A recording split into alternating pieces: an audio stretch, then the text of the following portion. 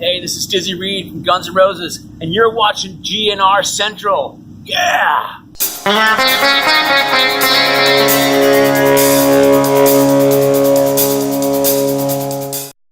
Hey everybody, what's going on? And welcome to Guns N' Roses Central, and let's get started with today's Guns N' Roses news. So we're still catching up from the last couple weeks, and this one kind of surprised me. So Guns N' Roses made an idiot writer off ESPN.com's list of most overrated bands. So there's a guy named Josh Webb Thompson. He just tweeted out on August 30th of this year the 5 most overrated bands according to himself. So number 5 was Pearl Jam, number 4 was Guns N' Roses, number 3 was The Doors, number 2 was U2, and number 1 was The Beatles.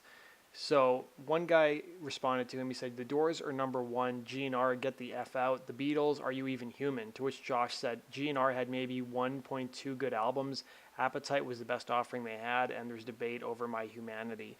You know, a lot of these fans who say that Guns only had one good album, I doubt they've even listened to the Use Your Illusion records in its entirety. I mean, there's so many great songs off of both those records. Sure, there's a bunch of filler, but there's some great songs. Estranged, Coma, Civil War, November Rain, Don't Cry. I mean, the Garden, the list goes on and on. Breakdown. But a lot of people responded to him over social media. In fact, there's a huge barrage of tweets at him if you guys want to go check those out. But let me know, do you guys agree with any of those overrated bands? I like Pearl Jam, but I think they've got a rightful place in rock and roll history. I don't know if I'm a huge fan. Like, I don't know if they deserve their own radio station on Sirius XM. The Doors are a band that I never got until recently. As I got older, I've started to get more into the Doors. U2 is another band. Like, I never really liked U2 a whole lot, but as I've gotten older, I've started to appreciate their music a whole lot. The Beatles, of course, are legendary. I mean, you know, there wouldn't be a lot of rock and roll bands you see today if it wasn't for the Beatles. So let me know your thoughts in the comment section below. We've also got some news concerning Steven Adler. So No Doubt's bassist Tony Kanal was spotted on his birthday at an Adler's Appetite show. So this is a photo that was posted on social media. I didn't even know these guys were friends, but I'm sure Guns N' Roses were a huge influence to a lot of people in No Doubt. Now, this was one of the most bizarre stories that came out. So there's been all this news about AC/DC getting back together to record with Brian Johnson and Phil Rudd. And it came out this week that the upcoming AC/DC record is going to feature Malcolm Young on the album. He's apparently going to be playing on every single song. So according to the music entertainment magazine Jam, they're reporting from a reliable source inside the AC/DC camp that previously unreleased guitar parts for Malcolm Young will be featured on the rhythm section of every song from the band's new rumored album. The report also alleges that the record will be dedicated to Malcolm. So the late AC/DC guitarist and co-founder died on November 18, 2017 at the age of 64. A statement on the band's website at the time revealed that Malcolm had been suffering from dementia and passed away peacefully with his family by his bedside. Jam reports that Malcolm had recorded a number of songs with Angus in 2003 when the two lived together between AC/DC's Stiff Upper Lip and Black Ice album cycles. Phil Rudd, Cliff Williams, and Brian Johnson are allegedly joining Angus in the process of choosing which songs to use and recording their respective parts around Malcolm's takes. So in August, we had rumors that AC/DC was back in the studio. A short time later, photos surfaced of vocalist Brian Johnson and drummer Phil Rudd together outside Vancouver's Warehouse Studios, which is where the last 3 AC/DC records have been recorded. This sparked rumors that 2 members had rejoined the band after tumultuous periods away from the rest of the group.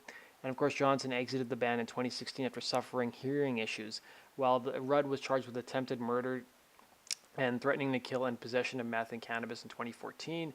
So most recently, their drummer Chris Slade said he hasn't seen the rest of AC/DC since the end of their last Rock or Bust tour back in 2016.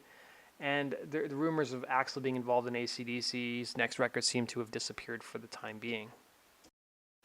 So this was something that came out of left field. So Slash's brother Ash ripped Limp Bizkit online. So Ash Hudson criticized Limp Bizkit for headlining over Slash, featuring Miles Kennedy and the Conspirators.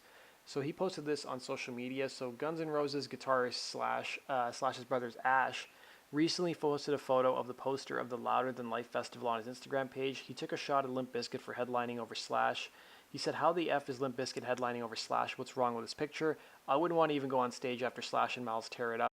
He also went on to say, "Just to make you seem really shit, like how we still suck, we should break up again." So a fan commented and said, "Haha, I love Limp Bizkit as well as Slash too," to which Ash responded, "I know you do, bro. I'm just saying, really Limp Bizkit more famous than Slash? Wow." So if you guys remember in 2015, Fred Durst took credit for reuniting Axl and Slash when there was that rumored reconciliation news going on. And then this isn't the first time that Ash just kind of opened his mouth and gotten in trouble. So when the rumors of a reunion were happening, he said that there was no reunion, and that he said that he made some fat jokes about Axl, and apparently Slash made him apologize. So this is the headlining. This is the bands who are going to be playing the Louder Than Life Festival: Alice in Chains, Limp Bizkit, Breaking Benjamin, Slash, Seether, Blackstone Cherry, Skillet. And there's a number of other bands as well. You got Godsmack, Five Finger Death Punch, Shinedown, Nine Inch Nails, Deftones, Ice Cube. So there's some really good acts playing at this festival. So that does it for today's news, guys. Thanks for watching. Be sure to hit the like button if you enjoyed this video, and be sure to subscribe to GNR Central too. Also go visit us on gnrcentral.com for the latest and greatest Guns N' Roses news. Take care. What's going on? It's Alex Cross from Hookers and Blow, and you're watching GNR Central. Right on.